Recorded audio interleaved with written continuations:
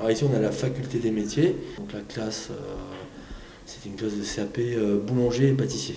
Dans le cadre du cours de français, j'ai participé donc à ce concours de haïku, tweet haïku. En fait, un jour, il est arrivé et il nous a dit qu'il y avait un concours d'haïku, qu'il aimait bien nous inscrire. Ouais, c'était, en fait, il fallait faire 3 vers. En gros, c'est 3 vers. Et puis, il faut faire. C'est un peu un mini-poème, quoi, en gros. Et c'est en rapport avec les saisons. Moi, je voulais aborder la poésie avec eux, mais c'est pas forcément évident d'aborder la poésie parce qu'ils ont des mauvais souvenirs d'anciens cours qui sont passés au collège. Et j'ai trouvé ça assez ludique en fait. Je leur avais demandé à leur alternance d'avant de se renseigner un peu sur le haïku, de savoir en quoi ça consiste, d'en lire, d'avoir une petite culture, mais qui se faisait par eux-mêmes.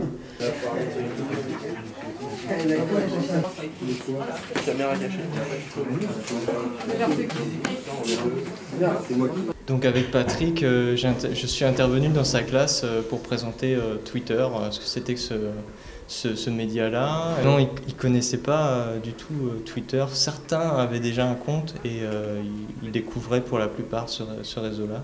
C'était un bon exemple de ce qu'on pouvait faire justement sur des nouveaux outils avec leur cours de français, voilà, pouvoir développer tout ça avec leur enseignant. C'était une bonne pratique.